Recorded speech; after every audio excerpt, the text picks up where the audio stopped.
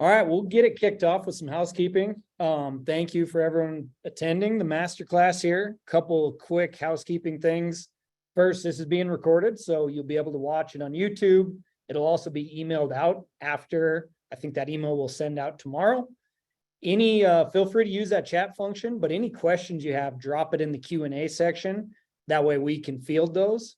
Your screens are going to be muted and shut off, but again, feel free to use the chat, use the Q&A. And then for the folks that are attending, definitely check out the email tomorrow because we're going to be selecting a winner for a Weatherby rifle that we'll get into here a little bit later. And then also there's going to be a discount as well to some Weatherby products. So definitely check that email out. That will be sent out tomorrow. But with no further ado, this man doesn't need much intro, but we got Mr. Adam Weatherby to talk rifles. Adam, how's it going? Pretty good, Zach. Excited to be on here. I'm glad you asked about rifles. Yes, so I couldn't talk about everything all day, but I can rifles. So yeah, there's many questions. I think we fielded like 500 from the initial email, and there's going to be a bunch more coming through. A lot of similar questions. So we tried to pull out the best ones, but there'll be a bunch of folks jumping in. But yeah, to kick it off, I mean, Adam, like folks know Weatherby, they know you, but give us a little bit of update on everything Weatherby has going and maybe a little background. Sure, you bet. No, where I'm coming to you from our podcast studio here in Sheridan, Wyoming, which is our headquarters. We moved out here about 4 or 5 years ago. In case you don't know, my granddad, Roy Weatherby, started this business in 1945, and we were out in California for 70-something years till we moved out here. Maybe some of you listening have been here. I recognized a couple names that have kind of popped up that have joined. But yeah, we moved out here, have a great team here. It's just been, it's been amazing for our brand. I get to lead it 3rd generation after my father, Ed, and Roy before him. And so it's been, yeah, it's been awesome. We have an incredible team. I appreciate our partnership with you guys, Zach, and onX. And what's cool is we live at the feet of the Bighorn Mountains right here in Sheridan, Wyoming. So last night after work, I was up in the Bighorns, just kind of training for hunting season. Saw a huge, bear paw track last night, actually just hiking. So we live in just the heart of Western hunting, which is really cool. So we get to live and breathe our products every day out here. I use my onX maps continually living in this environment, many pins throughout Wyoming that I'll share with really good friends. So anyways, yeah, we're excited. We did some product launches here recently. Our team's been doing a lot of stuff. We've been bringing more manufacturing here to Sheridan, US built stuff, and just thrilled about kind of what's been going on with our brand. And it's been a fun time in our company history. Yeah, no, absolutely. I had the pleasure to come check the factory out last hunting season. And yeah, it's incredible what you guys have going out there. It's such a beautiful facility. It's huge. You guys have really grown so much. And I know it's been huge for Wyoming specifically. And Wyoming's a beautiful place to live. Like I don't want to sell it too much, but where you guys are at is an awesome location. It is. We just had the longest winter ever. So you have to be tough enough to come out, and I barely made it. So yeah, we made it. We finally have summertime up here. I know. It took right. Yeah. Well, sweet. Jumping in. A lot of the questions are rifles and what particular rifle and cartridge for a given situation. And so kind of the first one that, we want to dive into is looking at Western game, kind of that deer, antelope, maybe shooting a little bit further. How do you start to think about what the perfect rifle and cartridge combination is when you're out for antelope, whitetail, mule deer in the West? Sure. I think to start off, before I name kind of cartridges or specific models, obviously I'm going to be, I live and breathe our product line every day. And I don't, expect that everybody listening shoots exclusively a Weatherby. So I get that. I'll kind of mention a lot of our products, but I understand, different people may either be in the market or have different ones. But I think as we jump into it and you talk about rifle cartridge combination, there's a lot of questions that I would ask back to the person that I think they would need to ask of themselves, right? So there's some different things. Number one's gonna be the type of hunting that you're in. So because that type of hunting is gonna dictate the needs and desires that you're gonna have in that particular rifle and cartridge setup. So obviously one is gonna be distance. So Are you going to be in a heavily wooded area? You're going to be shooting cross canyon to kind of understand that and really kind of what your needs are. And as you're doing it, I'd always rather have a little bit more gun than less gun personally. You know, I would try to set something up that I would say like would fit 80% of your mission or more, right? So if you're getting something, get it for what you're going to be hunting most of the time. I'd always rather go a little more gun than less gun, given that. So, but it's also going to be, are you truck hunting? Are you hiking a mile? Are you strapping the thing off on your back? Because a big part of that's going to come down to weight too. Yeah. So also, how much are you going to be using it that you're just going to be plinking at the range and really spending a lot of time there heating up barrels? And or are you buying it primarily for hunting? Because then your things like barrel contours are going to come into play, right? So do you want something that you can really kind of heat up that's going to be a little steadier for you, that's going to absorb some more of the heat? Or are you going to, is weight really a primary factor for you? Same is true right now in barrel lengths. Barrel lengths are trending. A lot of people are getting things shorter. A lot of people are hunting suppressed. It depends if you're hunting in a state that allows hunting with suppressors, which most of us out west here now do. And a lot of people are getting a little bit shorter barrels. Now, granted, you are going to sacrifice velocity. And as you sacrifice velocity, you're going to sacrifice energy out at distance. And so I think that's important. I think another question is what are you comfortable in shooting? And that comfort can come it's both fit, that could come with recoil. And so a lot of it is personal preference too. You don't want to grab something just because your buddy or your dad or your brother set you up on something. If it's not something that's comfortable for you to shoot, or something that's going to push out maybe a little bit further, but it's going to have more recoil and you're flinching, then you're not going to want to shoot that as well. So there's a lot of questions that come back that I would put back on people to kind of make that really kind of list in your own mind to say, do I know what my purposes are, what my locations are? Now with that, I'll give some scenarios, right, to maybe answer that question. Yep. So if I'm backcountry mule deer hunting in Wyoming, which I do every fall with a killer general tag, that's a rub in if you don't live in Wyoming. Then if I go out there backcountry hunting, I'm going to want the lightest, fastest combination. I know I'm going to be doing cross-country shots a lot of times on these mule deer. I'm going to be pushing the distances further. But weight is a factor because I'm hiking miles a day often in order to do that. And I'm backpacking a spike camp in. So I'm going to want to go in that case, like I want light and fast. Yeah. In our lineup, that's kind of why I came out with the Weatherby Backcountry series and the Mark V, our Backcountry Titanium. Specifically, we launched the Weatherby 6.5 RPM in that, and people go, it's so niche. Like, why did you launch that? I'm like, I launched it because when I go on a backcountry mule deer hunt and I want to be able to push out distance and have magnum performance out of a lightweight gun, like I want something like that. Yep. So last year I brought on that hunt on a hunt that I pushed out a pretty good distance. I don't want to say because it's always debatable and ethical and everybody has their own things. And that's probably a different podcast, but It was out there a ways. I brought our 6.5 300 Weatherby in a 129 grain Hammer Hunter all copper bullet that was screaming out of the muzzle. I had great distance. I was able to push energy out far. I had it in about a 6-pound rifle setup though, that I was able to take out there. So I had that combination of speed and lightweight that I could carry. But I also made sure that I was confident out to those distances. So I made sure I shot steel at distances before I went there and did that. So that was kind of my combination for that particular deer hunt as I went light and fast. Yeah. And just stop me, by the way, if you need to at any point. If I'm rambling, let me know. Good. Keep going. Okay. Now, if I'm not shooting as far, you don't need to push the energy out there far. And what you need to remember, even as we talk about with calibers, is a lot of it, obviously, it's energy, it's physics. Now, my grandfather started our company based on one single thing, and that is ballistics, and it's energy and it's velocity. So I'm a little biased. I like things to move fast. I like fast cars, fast airplanes, fast guns.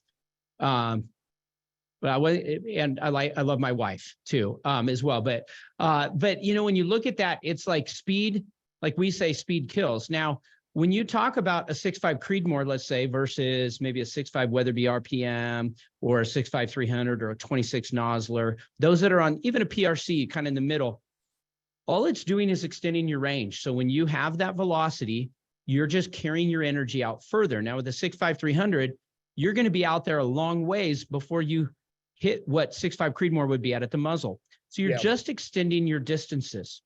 Now people will say, but with a high ballistic, a high BC, ballistic coefficient bullet, one that's more aerodynamic and can travel farther, if I get up over 500 on my BC, and again, I don't know every listener is probably going to be at a different level, and I might talk technical at sometimes and more basic at others. But as you're able to do that, you are able to carry the bullet out further, but you do need to remember things like wind and other environmental factors that are coming. The slower your bullet's moving at the muzzle, the bottom line is the more factors you're going to encounter between your muzzle and that animal. And so keep that in mind in regards to particular calibers that you're choosing and in regards to speed and velocity, because it ultimately at the end of the day, it's energy. And some people will put and say, okay, it needs to be when it hits the animal, 1,800 feet per second and 1,200 foot-pounds of energy. They'll gauge it different ways, but there is truth to that. And at the end of the day, if you want, I'd rather be taking harvest photos than tracking blood trails. That's me personally. I eat what I kill. I try not to destroy meat, but at the end of the day, I'd rather be taking harvest photos and giving high fives and butchering that animal than tracking a wounded animal. And so I think that's where that speed game comes in. Now, as far as calibers on deer, for me, I really like a couple of our fast ones. I like our 6.5 300 or 6.5 RPM. The 257 Weatherby was my grandfather's favorite, and that's really fast, obviously, too. Now, you can go heavier bullet in regards to some of those things out here. I don't think it's necessary if you have the speed. If you're going heavier bullet, depending on your cartridge, and if it drops more at distances, you may just want to bring your distance in a little bit closer. So I think it's kind of highly dependent there. Antelope, a lot of times you're hunting antelope, you're hunting out of trucks and you're hunting in the wind. For me, I like steady and stable for antelope. I don't want my my dinky little, pencil barrel flopping in the wind, A lot of times it's real windy, and most of the time you're not packing in a lot of miles for antelope most of the time. So I'd rather have that something that's steady, something I can maybe mount up on a bipod. For a lot of guys, it's the hoods of trucks or different things like that. So I tend to go a little bit steady, but I tend to want to still be fast because I do want to buck that wind fairly hard that sometimes is gonna, come out up against you when you're hunting antelope. So I'll tend to go sometimes a little heavier barrel. I'll use a lot of the same calibers that I would typically use, with deer and so forth. Now, you asked Adam Weatherby, so sure, I don't typically shoot a 270 Win or a 30-06 or a 308. Does that bring down more game than the cartridges I make? Absolutely. Are they great? Yes. Now, it's not going to be going as fast, so you just have to remember your distance, that you're carrying your energy is going to be a little bit less, and you're going to have to remember that you're just, the slower it's going, your wind is going to start bucking it a little bit harder. So it doesn't mean that plenty of deer haven't been killed with out west a 243, a 30-06, a 270 Win, or even a 6.5 Creedmoor. I know it gets a bad rep. We call it a 6.5 Needmore. So that's why we came out with the 6.5 RPM and the 6.5 300. But my daughter's killed plenty of things, 6.5 Creedmoor. I haven't, but I'd rather put a little bit more oomph behind it. And that's why we created our 6.5 RPM. But there are plenty of good instances that could happen. But I do hunt a lot of open areas where I would rather have a little bit more horsepower, and I'd rather be able to shoot out just a little bit further.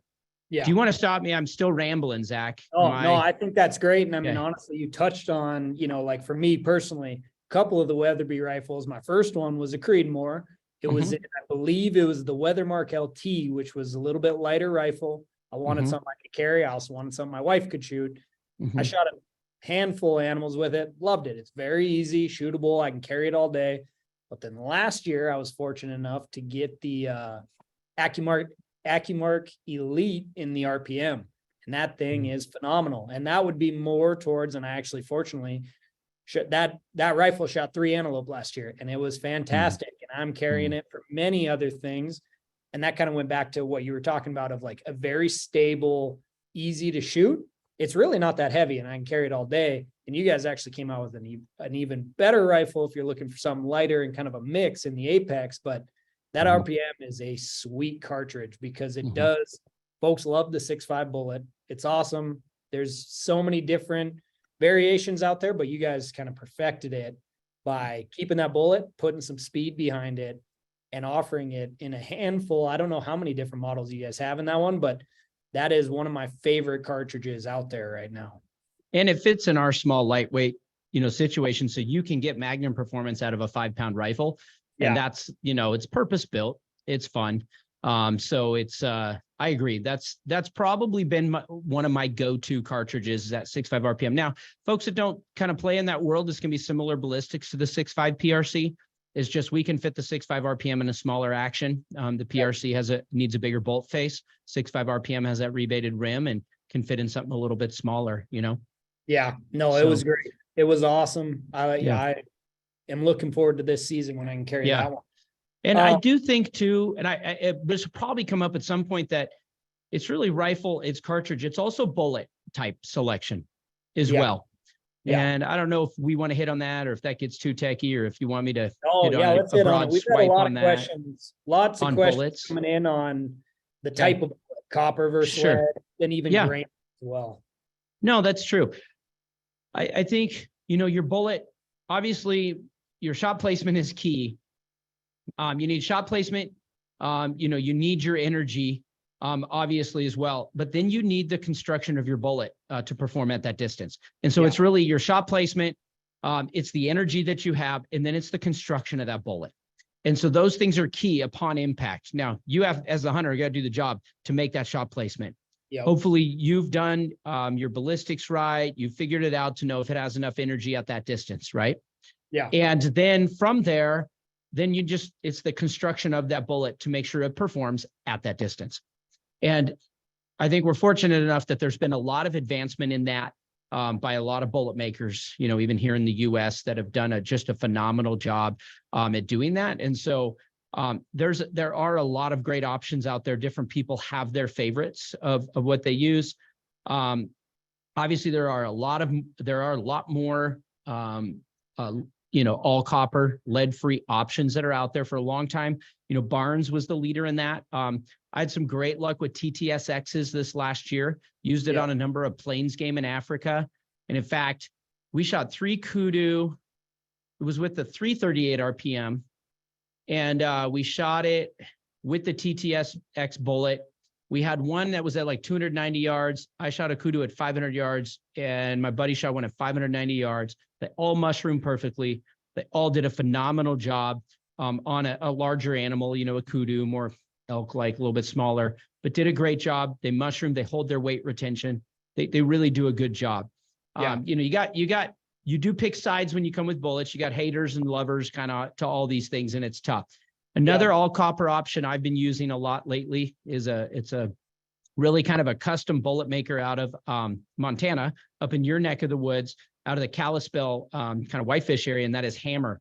And Hammer developed their Hammer Hunter bullet, which is a lathe turn match grade accuracy bullet, and they are the most accurate bullets we have used at Weatherby. They're phenomenal. They're lathe turn. They're more expensive. Get what you pay for.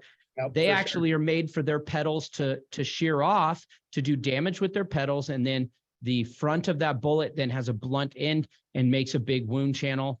I shot a wildebeest with the 6.5 300 Weatherby last year, and my PH said it's too small of a bullet. The wildebeest didn't think so. So we've had great luck accuracy wise with the Hammer Hunters. A lot of folks, I've had a lot of good luck with bonded bullets. Nosler AccuBond being some of those first. Hornady for a while had their inner bond. We've actually had a lot of luck lately with the Swift Scirocco bullets, which is a bonded bullet as well, which does a great job holding its weight retention and doing a lot of damage inside, as well as upholding in accuracy. So kind of that bonded world, we've really done well with, have the higher BCs. Now, then you go with weights. A lot of guys, right now the trendy thing is, and what a lot of people are enjoying doing, is getting heavier, higher BC, more aerodynamic bullets. Not to get too techy, but you really got to watch your rate of twist in your rifling. And Yeah. make sure that as you're doing that your rate of twist gets there. Another topic for another conversation, because that can go down a rabbit hole, but you really got to make sure that your rate of twist, you really start getting those heavy bullets, you got to have a faster rate of twist to stabilize them. So you really got to know what you're doing there. And so, for the light versus heavy, again, it's really back to that energy. And so it depends on that speed and that mass at the point that it hits. It's really important there. So anyways, that's a little bit, I guess, on bullets and really determining, but the construction of your bullet has to be good. You don't want to use a match grade only bullet. You don't want to use one that's just made for targets in paper. You want it to do enough damage in there. So you need to do your research to really make sure that that bullet has the terminal performance. And a lot of the big bullet makers, Hornady does well, and Swift and Nosser, and Federal's making a good one in the terminal ascent. Now there's a lot of guys in Barnes that are really making some good bullets. And you can even look it up and see what the terminal performance is on gels and things like that to make sure that it does well. Yeah, no, that's great. And there's lots of fans for pretty much every bullet you mentioned there. I can see them coming up in the chat, but this is a good kind of segue into, bigger, heavier boned, heavier hide animals, your elk, your moose, your deer. What's kind of the combo you're looking for a rifle and caliber there when you're looking, you're heading out west. I know you do plenty of hunts, spring bear, and elk and stuff like that. Where are you starting there? Sure. No, that's a good question. Again, a lot of it, guys will go elk hunting with 6.5 Creedmoor and, 270 wins, shot a lot of elk. Again, I like them real dead, and elk do not like to die, right? I mean, they are just tough animals. And I think people that are new to elk hunting underestimate it. I mean, I've seen 8 rounds of 300 Win Mag put through an elk, and the thing just still wanted to take you on. So, it is tough. Shot placement is key. Obviously on that, I've killed elk with the 6.5 300. So I took a 6.5, moved it faster, with say a 140 grain in the 6.5 type of situation will work fine. Some guys like to start with a 7 and work their way up from there. In the lighter weight stuff, 280 Ackley's kind of fun. Of course, we have a 7mm Weatherby. For me, like the 300 Weatherby mag has been just a go-to for elk. I think the quickest I ever killed an elk with a hard shot was at 500 yards with a 300 Weatherby mag. And it was a one-shot kill on an elk, did great for that. We even upped the 300 Weatherby with the 3378 Weatherby that has this cult-like following. It's expensive. It's got a lot of recoil. It burns powder. It's not efficient, but it is screaming fast. Yeah. And, so it does really well. Some guys will work up into the 338, category. So we came out with our 338 RPM, which I've seen a lot of elk die to the last few years. So that's been good. Also used it on bear and moose. My wife and I did an Alaska moose hunt in 2020, used the 338 Weatherby RPM that did great there.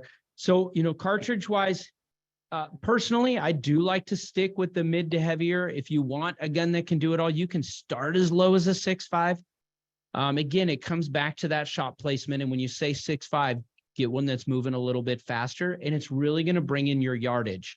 Yeah. If I got a 7, or a 308 caliber bullet or a 338, I'm just going to be a little bit more confident out further. Like our ultimate for elk, it's most expensive. It's crazy. It's got a niche following. We have a 338, 378. It's the fastest 338 on the planet. Yeah. Our head of product development here calls it Thor's hammer. Because literally it bucks wind. It's fast. It gets out there and it can flat out put it on. It's expensive. Yep. It's got a lot of recoil, and I get that.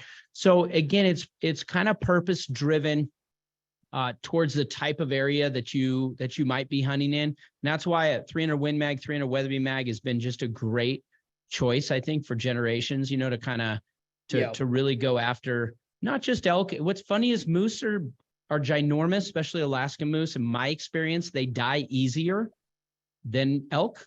Yeah. They're just a little wimpier. Caribou's kind of the same way a little bit. Bear obviously don't especially like to die. Nobody likes to die. Yeah. But bear, I usually like to pack a pretty good punch, while going after bear. Obviously, if you're in grizzly territory, Larger bullets are usually going to be preferred, and a lot of outfitters in Alaska won't let you take, anything less than a 338, caliber bullet or larger. And Yep. so a lot of people, want that. My daughter last year drew a Wyoming bison, and right out of the Tetons. It's amazing. We got a film coming out this fall on it. So Yeah. my college age daughter, it was great. She took the new 338 Weatherby RPM, ended up finding this bison in the woods, and he dropped in one shot at 75 yards. So, Man. Obviously going up against those heavier ones, I do like a heavier bullet in those scenarios, but I do like it moving fast. I don't want a heavier bullet moving slow. It just limits my range. It limits the energy upon, kind of on that distance. Yeah. So like in let's say 300 Weatherby, 300 Win, very popular cartridge. What Yes. grain range are you looking at for a bullet there? Yeah. I mean, 180 has been traditionally great. Guys now, if their rate of twist supports it, are, going well above 200 grain. But anything 180 and up, I think does the job. Again, with shot placement and the energy in your distance, 180 and up, I think is just fine. Yeah. Yeah. How about platform wise? What are you looking at? Like what type of rifle are you going to be carrying? Let's say Rocky Mountain Elk. You're going to be, Sure. cruising and stuff. What are some of the things you look for in the rifle specifically? Sure. I think, again, it comes to the amount of miles I might be putting on, because everybody, if they could have it, they're not going to hike for a long ways. They'd rather have a more stable, heavier platform. They're just going to shoot better, right? Yeah. And so a lot of that comes back to the type of terrain. If you're going to an outfitter and you're going to be doing a lot of truck hunting, I'd probably bring something a little heavier, a little more stable. If I'm going to be in the backcountry, maybe I won't. That's why the craze of the carbon fiber barrels have been out there, is that they're, they can provide a little bit more of the accuracy you can get through a larger contour barrel in something smaller. And so, but a lot of those Magnum calibers, I do want to say this, there are a lot of shorter barrels being sold because guys do want to hunt suppressed. Just know the velocity you're losing, and then therefore the energy and how far you can carry it out there. So keep that in mind in regard to barrel length. And so if you're shooting 300 Weatherby mag or even a 300 Win mag, when you start to go below 26, there are going to be, and you can Google it and find it on forums, every caliber is going to be different, the velocity you lose, but you will lose velocity when you go below a lot of the kind of standard factory lengths and a lot of larger Magnum cartridges. Yeah. That's why, I think the 7 PRC is a new hot cartridge right now. It can get some decent velocity out of a shorter barrel.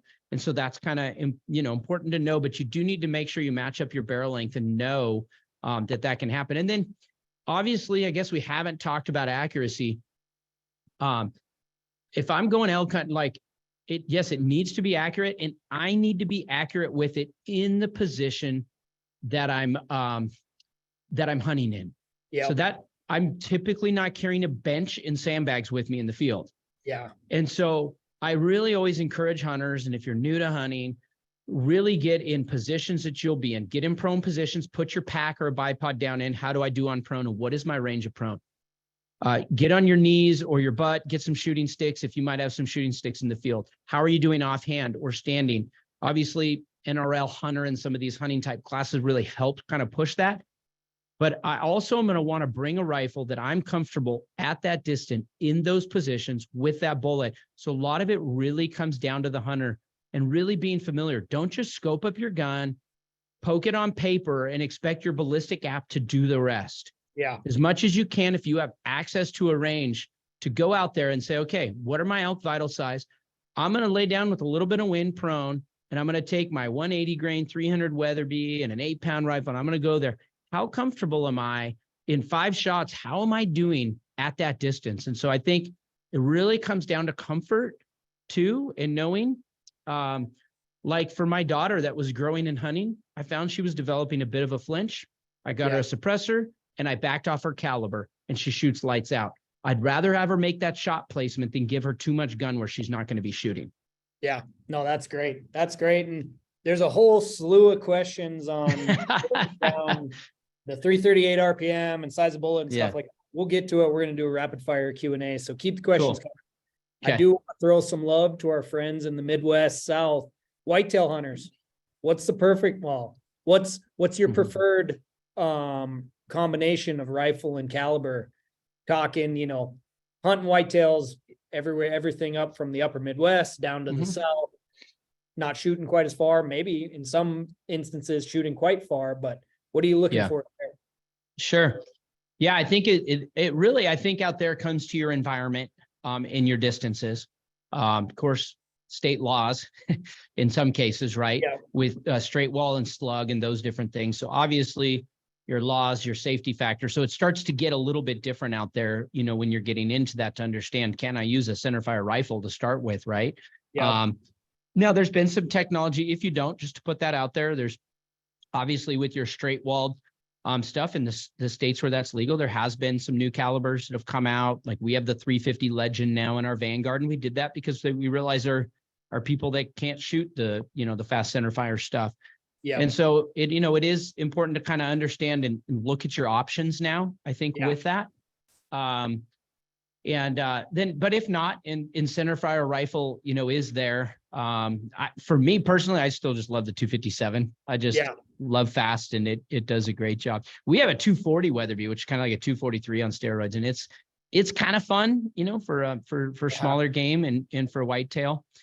Sometimes in the sticks, guys do want, whether it's getting in and up out of a stand or whatever, the shorter barrel thing, can be popular amongst that too. And sometimes, even though you're sacrificing velocity, you're maybe not needing to shoot as far. And so that shorter barrel, I think can be important. So I think that barrel length is there. And then really accuracy, especially if you're in a wooded area, make sure it's a gun you're accurate with.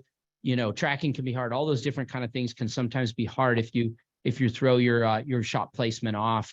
And so, yeah, without getting into specific model and caliber, those are some of the questions that I'd be answering. And am I sitting or am I walking? yeah, What are my distances? How comfortable am I with the gun? And then, if you think sometimes the only advantage sometimes too to heavier bullets is if you do think you're in an area that is heavily wooded and there could be sticks and twigs and things like that.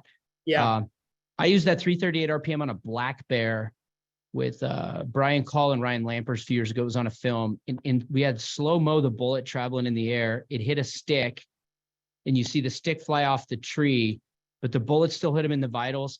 It was a 225 grain bullet.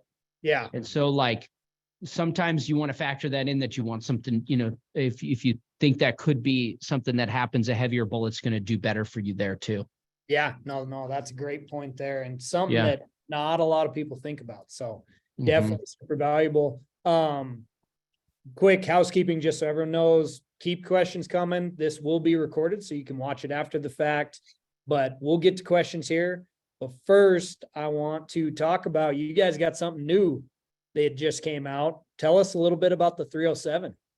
Yeah. We just launched the model 307, which is our third action in our 75-year history. My grandpa developed the Mark V action in 1958, came out the Vanguard. It's a more affordable option in 1971, and we just launched model 307. So it's a new rifle action. It's made here in Sheridan, Wyoming, built here, which is kind of cool. Yeah, We tried to get a lot of features for what we believe is a competitive price for the things that we're offering.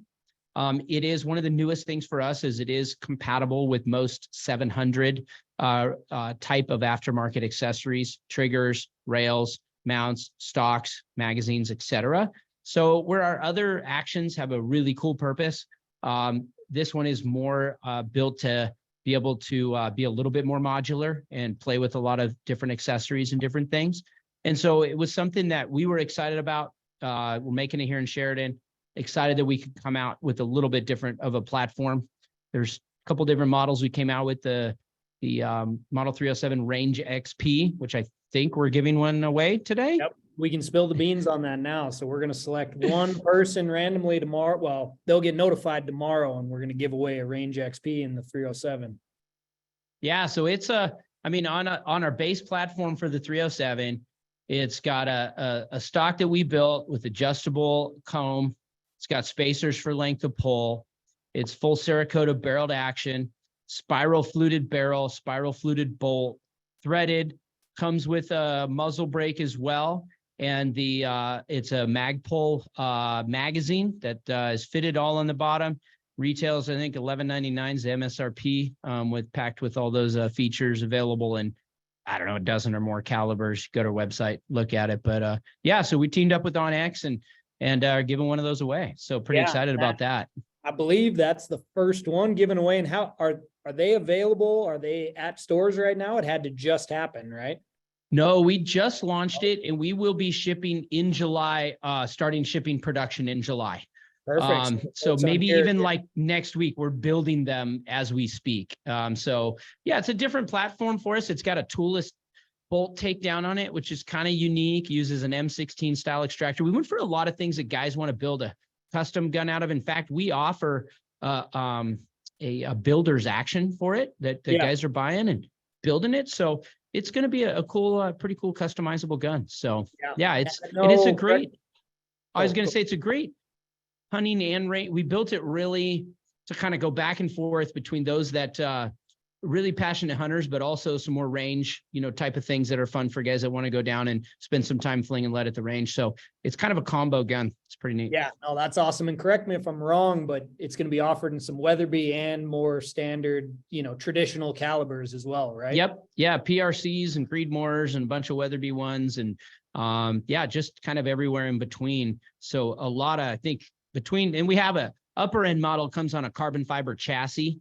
That's pretty sweet. A lightweight with a foldable buttstock. And so it gets the overall length down really small, which is cool to put in your pack. I did some hunts with it this last year. It is, I gotta be honest, like I'm in my upper 40s.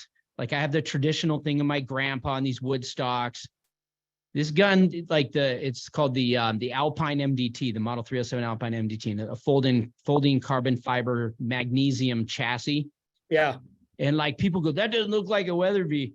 And at first I'm like, I don't know. I hunted with it. And it's lights out accurate. And with that foldability and the compact part of it, I don't know. My grandpa died in 1988. He would hate it, right? Because he wants something classic, but he'd love the usability of it and stuff. Yeah. So so it's pretty cool. Yeah. And you took him out for a couple hunts last year. What hunts were you able to get it out on?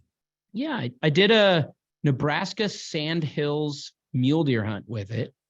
So hiking up and over the sand hills, which was really kind of fun. So shot a good 4x4 mule deer buck. Which caliber? That was fun. I know folks will ask. That was the 6.5 RPM. Okay. And then what was the other hunt? And then the was that the 6.5 RPM? Doggone it. I give my hunt to, okay, I'm getting a nod across the table from my marketing guy. So we'll go with that one. And then I actually first part of the year went to Texas and did some Aoudad and Mouflon. And that was the 6.5 RPM. And I did the folding chassis gun for that. And that was kind of fun because it, did the poor man sheep Texas hunt deal with it. Yep. It was hiking up and down and both killed a couple nice rams with it. So that was cool as well. So nice.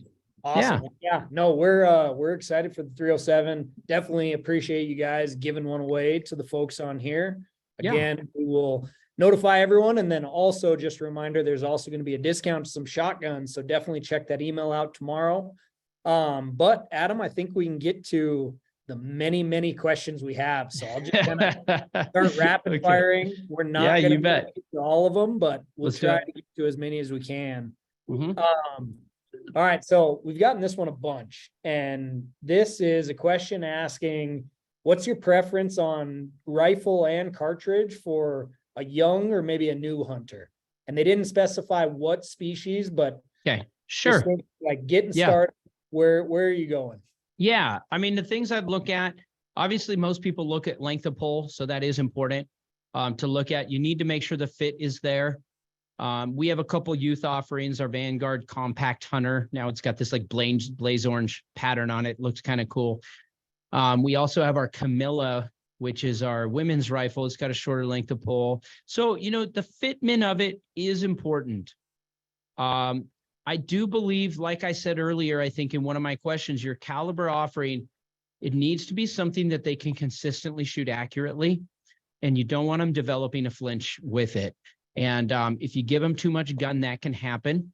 If you are in an area and, go through the pain, all those things to get a suppressor, I have found with youth that that the suppressor thing is pretty cool because it's not just the recoil that sometimes can develop a flinch or do things, it's the muzzle blast. Yeah. And so you can put a recoil brake on there, but that suppressor, I've really seen a lot of newer or younger hunters do really well with suppressors. So I do think that that's important too. But I just wouldn't give them too much gun, because if they can't shoot it, it doesn't matter. You go, yeah, but we want a little bit extra velocity in that bigger caliber. Yeah, but if they can't shoot it, it doesn't matter. If you're missing or you're hitting them not in the vitals, then I think you lost out there, you know? So my daughter, when she was starting out, she was shooting our youth model or women's model and a 6.5 Creedmoor elk, or excuse me, not elk, but deer and antelope.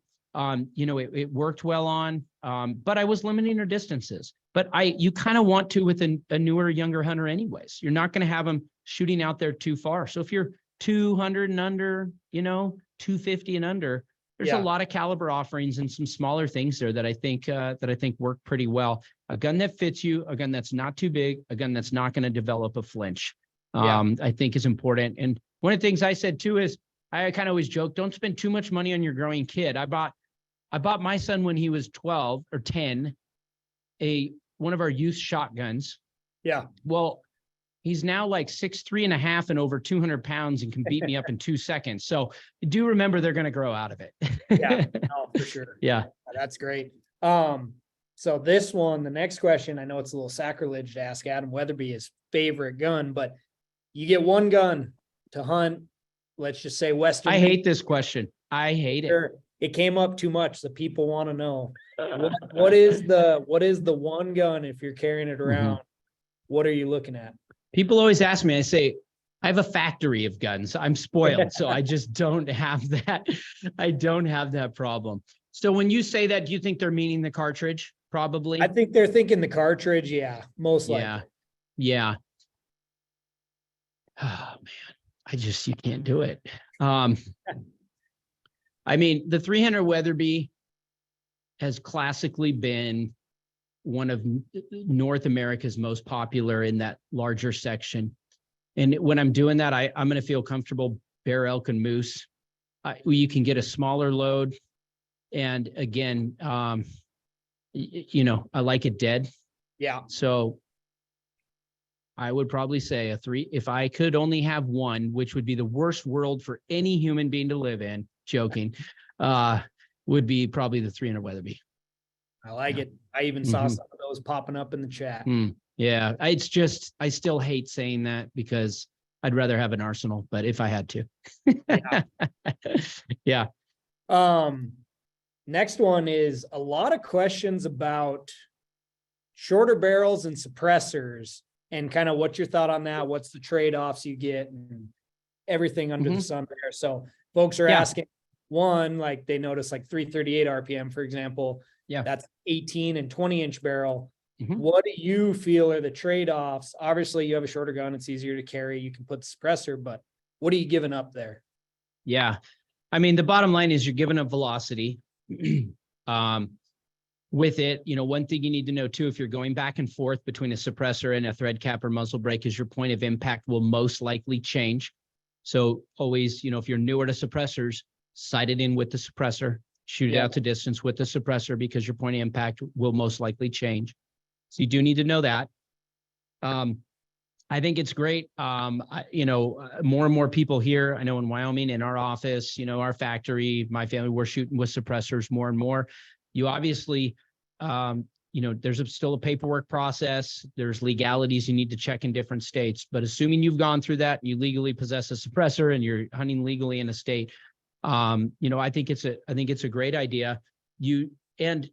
I mean, I've hunted with a suppressor on a 26-inch barrel. So, you know, if I know I really want that extra velocity, then I'll do that. It can look a little long, can bang into branches. It can be a little heavier. So that's why a lot of guys are going with that 338 RPM, because it's got a bigger bore and it's not as large of a cartridge. The velocity gain was not as much. And I'm trying to think of a resource I can point somebody to without just Googling it, because I don't think we have one on our website or FAQs, which would be great to have. But we've done studies of per inch what you lose in velocity for particular cartridges. And so, like I said, in a larger Magnum cartridge, 300 Weatherby or 300 Win Mag, or even a 7 Ram, there's going to be, you start to get much under 24, it's going to start dropping off. So you just need to know that that's going to limit the distance of your energy being carried out there. And so you just need to weigh those things and do enough research. There's enough great forums out there where you can kind of research that, really get those answers. But you are going to, at a certain point, you are going to be, limiting the distance at your energy that's going to be carried out there with that velocity. So it's something to keep in mind as you're doing it. It's not, sometimes that's worth it. You're like, I'm not going to be shooting over 300 yards. That's never going to matter. And I want it shorter and more nimble and lighter to carry around. Then good on you. I think it's a great idea. So yeah, awesome. Yeah. Next one, and I think they're probably angling it like your Weatherby calibers and something that's a little faster, but lots of questions about barrel life. What's, how many shots can they expect? And then are there any things they can do to extend that barrel life? Yeah, those are great questions. I think, first off, I just want to say this, people worry more about burning out barrels, especially in a hunting environment. They worry about it and talk about it and put it on forums and comments way more than it affects people. Yeah. Now, most of the time you're burning it out in a larger Magnum cartridge. Those aren't cheap rounds. You spent thousands and thousands of dollars on ammo if you're going to burn out that barrel, right? Yeah. Obviously, heat is a primary factor. So if you're not allowing your barrel to cool, you will burn out your barrel or your throat quicker than you will if you allow your barrel to cool down. So shots, if you allow more time in between shots at the range and allow your barrel to cool, you're going to extend your life a little bit. Now, if you're talking a hunting rifle, you just don't need to worry about it, honestly. Yeah. Now, if you're going down to the range and that's what you're buying for, but if it is a hunting purpose rifle, if this is a hunting type of, webinar masterclass that we're having in a hunting environment, I would not allow that to be my primary factor. Now, here's the other thing. A barrel can be, quote, shot out. It's how you define that without getting too technical. There can be throats that have had erosion and are technically shot out that I've seen still shoot sub MOA. So just because your barrel has eroded in the throat does not mean that you throw that barrel away. There are, quote, shot out barrels that are still accurate barrels. So that's something to kind of keep in mind as well. We always joke about it because we come out with screaming fast cartridges and everybody says, oh, the barrel is going to burn out. My dad used to joke, you go burn out a barrel in a 3378 Weatherby at $100-something a box. Heck, if you spend that much money on my ammo, I'll buy you a new barrel, because he's like, it's so many rounds that you have to take to actually put through it to truly burn that out. And if it's primarily a hunting gun and you're sighting in it at the range, having a little bit of fun with some steel, it's really not something that you're going to worry about. If you are worried, then allow for things to cool down. There are other things that I'd worry about. I mean, there are guys ruin their hunts all the time doing different things, or their scope mounts aren't on tight and they didn't torque them down enough. I mean, there's a million ways you can screw up a hunt with your hunting rifle package. And a shot out barrel doesn't make the top list, in my opinion. Yeah. That we've seen. And we get them back. I mean, we get 78 years of guns back. And it is so rare to see a barrel that's shot out, especially a barrel that's shot out that won't shoot. It's fairly rare. No, that's great. And there's quite a few questions. So we'll keep it on the barrel theme. Okay. What's your procedure for keeping them clean and maintaining them? Sure. No, that's good. I think we actually have on our FAQs on the Weatherby website, I think we have both break-in and cleaning. Am I right? Looking at Tyler over there. That's great. Those are break-ins, the other question. Yes. So we have a break-in procedure. I do think people can get overboard with the break-in procedure. Yeah. I do think it's like, I mean, heck, we can go grab a gun out of a box and it'll shoot most of the time. Yeah. Barrel break-in is real. We have a procedure, and I think our procedure right now is a box, isn't it? It's really 20 rounds instead of this 40, 50, 60. It's like guys will spend as much money on their gun as in ammo to break in, do a break-in process. So if you go to weatherby.com, go to our FAQs, you can find the break-in. Cleaning obviously is a part of that. General cleaning and most cleaning kits and just making sure you're scrubbing that bore, I think is important. If you are shooting, I guess one note I will put is if you are shooting solid all copper bullets, you're going to tend to get more copper fouling, and there's some ways you can look into doing some more of that cleaning as well. So that is one thing you do have to note if you're shooting all copper is to make sure you're keeping it extra clean. Gotcha. Perfect.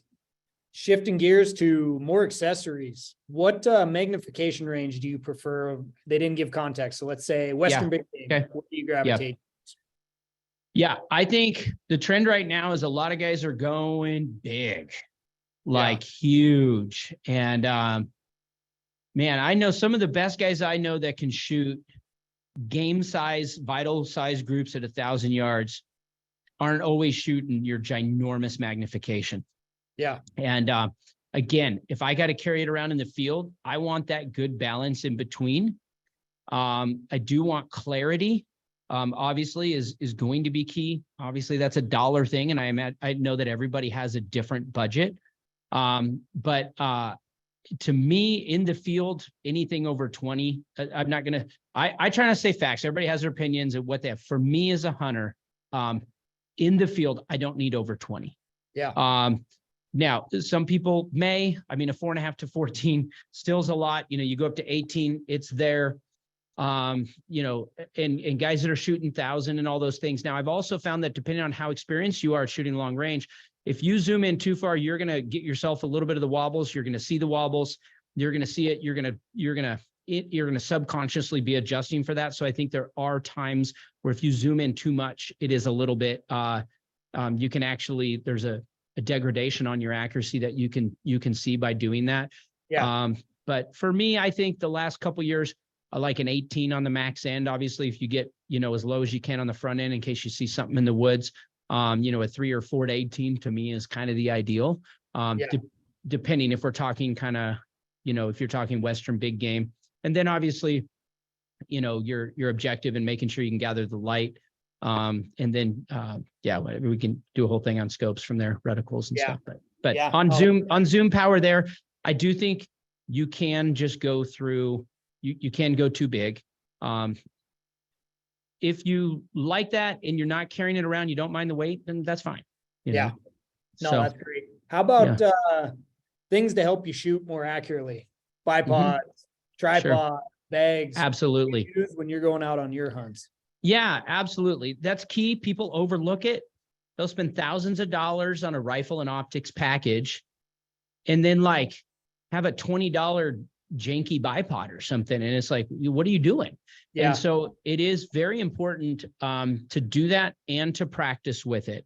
So there's been a number of types of systems that I've used. You know, frankly, I do like to really practice prone with a pack because a lot of times you just don't have the time. And you throw down your pack and you're laying on the ground. And I've got to a point where I can shoot fairly well prone with a pack. And I think that's a popular spot that you can do. Now, a lot of times you aren't able, or a lighter weight folding bipod. I've used a lot of Spartan's bipods, the Javelin bipods, some of the smaller carbon fiber. I like the lighter weight. Obviously, maybe you're not as steady as a big hunting one, but I hunted with Rob, who owns Spartan this last year in Africa, and he had this like 5-leg carbon fiber shooting, you know, system and stuff. So there are a lot of things that you can get now. There's different connectors, and that's kind of a huge thing. You know, there's Arca rails to just, you know, swivel studs to your folding, you know, just Harris style. But here's the thing, invest in something and practice with that something. Yeah. So when I go to Africa, I know that the majority of animals you shoot over there, you're shooting on standing sticks, and I suck at it. And, you know, and I don't want to practice it. It's just, but there are times where you may need to be in these different environments. And so then I always call it points of contact. If I'm sitting or kneeling, I want as many points of contact coming down to the earth. So if I'm sitting behind shooting sticks, maybe a 3-legged or 2-legged shooting stick type of system, then I want to practice with it, have as many points of contact as I can on the ground. And so again, it's back to practice and knowing a distance, how you do in that. I will shoot an animal further prone than I will sitting, than I will standing. And I think you got to know that about yourself. Mm-hmm. Yeah. So on the practice topic, folks are asking, how often do you practice? And like, how do you set up your practice sessions when you're going out before the season? Sure. Make sure everything's sighted in, but how often are you shooting? Let's say, sure. I'm kind of cheating because I have a gun factory and an outdoor range. So it's cheating, but let's say, here's the ideal. and then you can back up. And I do understand that. But this is what I do for a living, and we have a good time with it. Yeah. I mean, here's what I do. We have 2 underground ranges of Weatherby, 100-yard, and get this, a 300-yard. You've seen it, Zach. Yep. So we can sight in our rifle on a 300-yard underground tunnel with no environmental factors. That's cheating. Okay. But in the ideal world, you want to have it. What I'm trying to say is set paper up at 100. That's fine, wherever it is. And you want to really know it's zeroed in at 100 for whatever you're zeroing it in at, which is a different conversation too. If you're sighting it in at 100 to 300 yards. And I do that, just a side note, depending on the caliber and the range I'm going to shoot at. Some of our real fast shooting stuff, I zero in like a 300 Weatherby at 300 yards. Yeah. But I zero in like a 338 RPM at 200 yards. So I do it caliber dependent and based on my range and the trajectory. Flatter the trajectory, further out, I zero it. But anyways, we have just 2 miles from here. Have you've been to our facility, the shooting facility out there? So we have steel 200, 300, 400, 500, 600, 700, 800, 900 out to 1,000. So again, it's cheating, and I get that. And so, but what I do is then I will take it after I've had it in our range, or after, let's say you go down and put it on paper, and then I'll get guys on spotters, and I want to be comfortable at various, I know where I shoot at 3 versus 4 versus 5, 6, 7. And I know the size of my groups. I know how I do in different winds on different days, right? And so I'm factoring those different things in with that rifle in that shooting position, with that bullet, with those optics. Yeah. But that means that if all of a sudden here's another first world problem when you're out in Weatherby. I hunt with different guns every single hunt of the season because it's often marketing based. There's different films and sponsors. So I'm grabbing new guns all the time. Every hunt I go on, like literally one might come off the production line and it's still hot coming out of the Cerakote oven, and we're scoping the thing up and I'm going out on a hunt. So we're doing that constantly. So I'm using new things. And so I know if I rescope it up, if my mounts are different, every single one of those little things makes a difference. I got to really go back out and verify that, right? And move that out. And here's the other trick. Sometimes if you're moving out at distance, if you can chronograph it, and I realize some people can't, again, we can, there's the box, but there's variations, not just in ammo, there's variations in barrels, different things too. But when you're going out at distance, that velocity really matters, and your BC really matters too, your ballistic coefficient on your bullet. So sometimes I'm dialing in like down to the muzzle velocity and ballistic coefficient, down to the digit. I'm not talking 2 or 3 or 4 digits, but down to the digit, because all those things make a difference. You're hunting 300 yards and in with a high-speed cartridge, that doesn't matter. But that will give you more comfort to move out further. Just because the gun or that cartridge can do it doesn't mean you can do it. Yeah. So during the summer, I'll keep the gun and the ammo in the car, way home from work. I'll go down there by myself, and I might just plink 10 rounds. Yeah. And I might just go 3, 4, maybe 2 at 5, 1 at 6. And maybe out of that, I make a couple clicks adjustment on my scope. And then the more you're kind of doing that and really working with it, the better. But I'll also say this, some days I'll go out when it's windy, because practice. Some days it's windy. And my windage guessing can just suck, right? And so that's kind of important too. So the more I can do that and get comfortable in the gun and the shooting positions, the better. Yeah. So, Leading up. No, that's great. Shifting gears, lots of questions about just specific Weatherby models and stuff like that. So we'll kind of rattle off a couple there. The first one, a couple of your rifles that are lighter weight have titanium actions. What's the benefit? What's trade-off? Why did you guys go titanium there? Sure. We have our backcountry TI. It's about a half a pound. There's 2 advantages. It's a half a pound, and you can tell people you have a titanium gun and it sounds cool. Okay. Those are the 2 main advantages. It's half pound lighter, and it's just, it's a cooler material and all those kind of things. And it's just kind of sweet because, I mean, it is, when we're machining them, we machine our titanium receivers here, and it's when you grab that chunk, it's like, that ain't steel. And it's light, but it has the strength. I will be honest, smoothness of action, it's not steel on steel. It's titanium on steel. And so you do have a mating up of different materials. And some people at times can feel it. It feels a little bit, I would use the word gummy. Now, I'm not talking just Weatherby. I'm talking in general. the material properties of titanium and steel going together can sometimes not feel as smooth to people. And that would be probably the number one feedback I would give somebody. And then obviously the number two on the negative is it's significantly more money. Yeah. Now, if you want the lightest, newest, and tell everybody you want a titanium, then we sell for the price point. We thought, because it's just material costs us a lot. We thought, well, we're just not going to sell that many, and it's people dig it, you know, and it's cool and fun to use. But oh, that's awesome. Yeah. So the next one, 338 RPM. Why did you guys, especially in that backcountry, 18 and 20-inch barrel?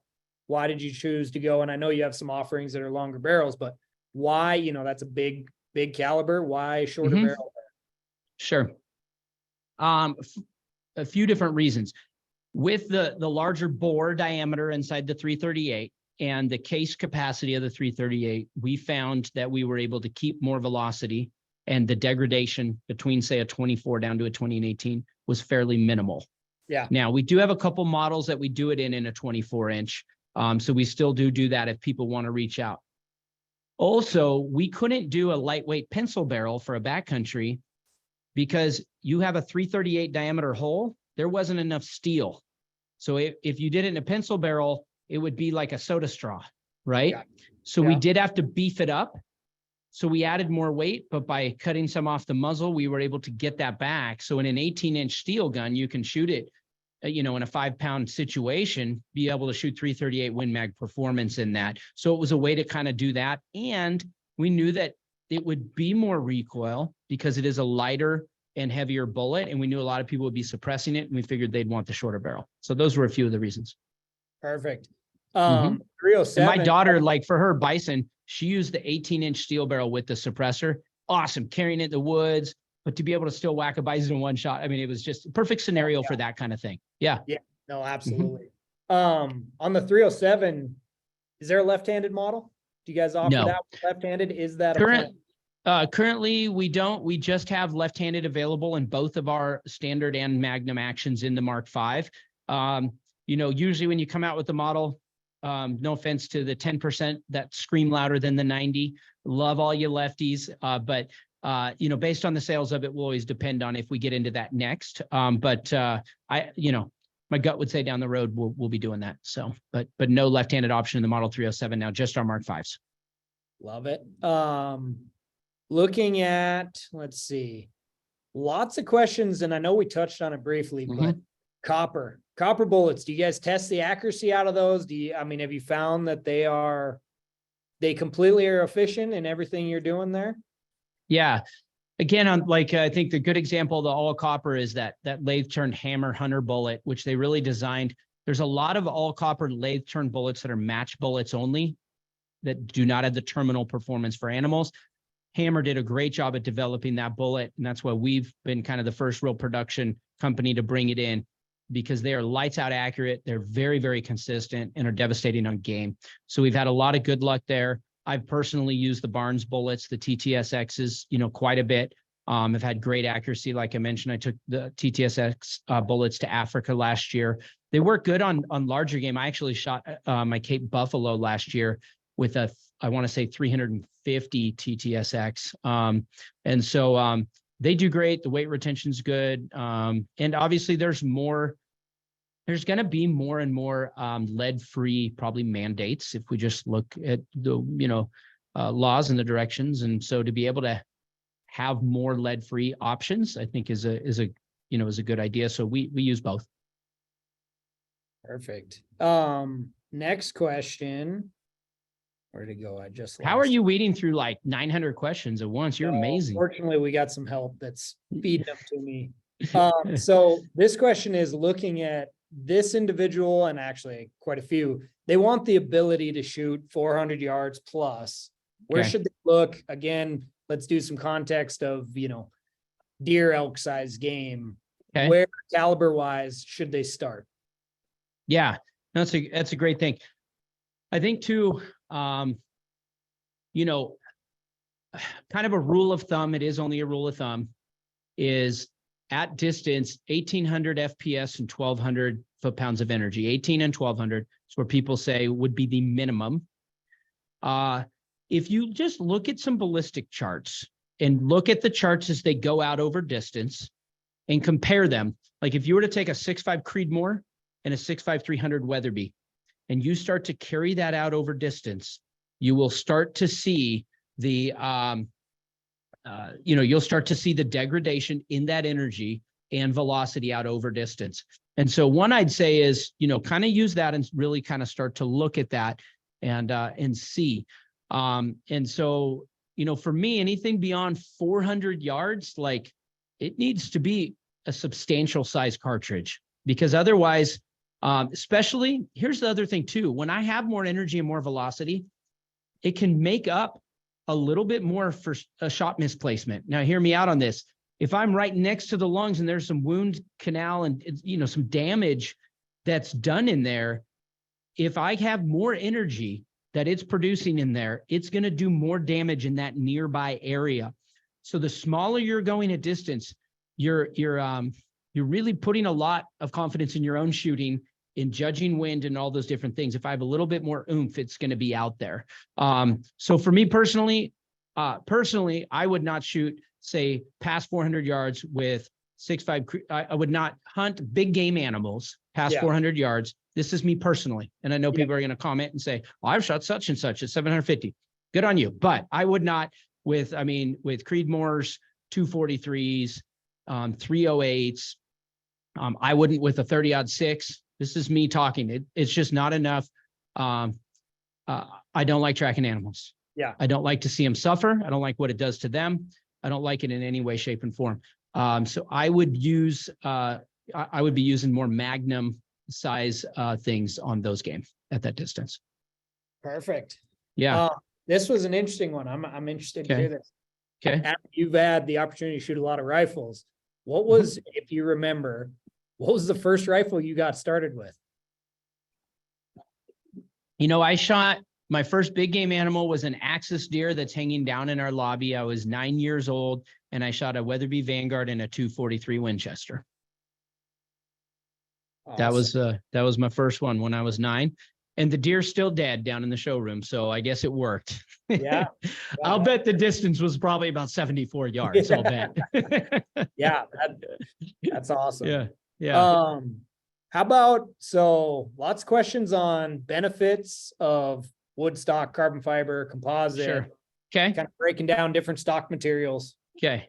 It's so hard for me not to go complex in the weeds. I'll keep it high level here for time. No, great. We still make wood stock guns. We still sell wood stock guns. We still love them. There's a place for it. When I went to Africa, I wanted to take a beautiful wood stock gun, so I did. So it, so I think wood stock has its place. Carbon fiber is going to be stronger, lighter. It's not going to swell due to weather. So, from a performance and dependability standpoint, carbon fiber is just going to be superior to it. It just is. Is it going to be as classic? Are there times I love to hunt with a wood stock gun? There is. I'm not going to be carrying a wood stock gun in the backcountry where I know I can snap it. I'm not going to put it in a horse, have the horse roll over on it, snap. There's just, I snapped a wood stock gun last year. So it can happen. And so with carbon fiber, you're going to be, it's the strongest, lightest scenario that's out there. Yeah. You can do fiberglass. It's going to be, which a lot of carbon fibers have been replacing it. We've been coming out with more and more carbon fiber models. It's going to be similar properties, more to the carbon fiber. And then from an affordability, you can call it injection molded polymer. You can call it a composite blend. You can call it plastic. Okay. Yeah. It's incredibly cost affordable. It is going to be more durable than a wood stock. It's going to be a lot heavier than a carbon fiber stock, but it is going to be, it's going to be able to uphold to the weather elements and all those things. So that's why you see so many guns. I have taken Vanguard plastic stock guns out of the box and shot 1/2-inch groups. So, you can still get plastic stocks to shoot pretty good. They're going to be a lot heavier and they're just not going to look as cool. So obviously, for us, we make carbon fiber stocks in-house here. We have our sister brand Peak 44. We make carbon fiber stocks. We sell them aftermarket. I love going back and hunting with a wood gun, but when I pick up my carbon fiber stock gun again, it's like, oh, it's good to be back. There's a place for it. We have respect for it. They're great to collect. They're great to hunt with. you're a backcountry Western hunter, and you can afford a carbon fiber stock, in my opinion, you're going to have the weather, you're going to have the performance, and you're going to have the lightweight, and it's the way to go. Yeah. Yeah. Awesome. Well, we have a couple, we'll do a few more questions and then we can wrap it up. Sure. Folks are asking, what do you have planned for hunts this year? I'll be doing all the Wyoming usuals. So I'll do a big Wyoming mule deer hunt. I've had some luck as a shooting some big bucks the last few years with a general tag as a resident. You non-residents have to wait 8 years to shoot. So definitely going to do that. I'll be shooting, going antelope hunting here locally. And elk hunting as well. So been doing those things. I do have a Canadian moose. I shot an Alaskan moose, but I've been on an unsuccessful Canadian moose hunt, but I'm doing that this fall in Alberta. Nice. So, so that'll be fun.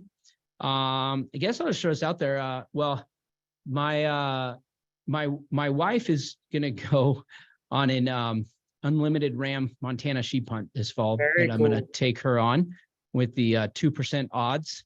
So I'm actually really looking forward to that, although I'm not going to hunt. Yeah. And then I'm doing, I'm looking more forward to probably than anything else, is to hike around the woods with her in the Beartooths, super steep, super low odds, for an incredible chance at that. Yeah. And then, I am, probably going to do, looks like, Kodiak Island Sitka deer, hunt this, November as well. Be shooting maybe some sea ducks and ptarmigan and kind of everything that lives up there will be fun. So those are a few of the highlights for this year for me. Nice. That's So, awesome. yeah. What's Weatherby got going on? Any films or anything cool? Obviously you launched the 307, but Sure. what can folks look forward to, Yeah. coming season? Yeah, no, the 307's new, and we got more new stuff we're going to come out with later this year. We probably have more in the new product development pipeline than ever before. So we've been busy the last few years due to kind of supply chains after COVID. It's taken us a little longer to get stuff out. So 307 is there and there to stay. We will be working on some other new things kind of all across the board, which will be fun. What's neat is I'm real proud of our marketing team. As you know, the team here, it's really all in-house. So, all the content's kind of created here. So that bison hunt that my daughter did, we'll have a film on that. We did Nice. A handful of states for mule deer last year. And so we'll have some exciting content and films coming out on that this year.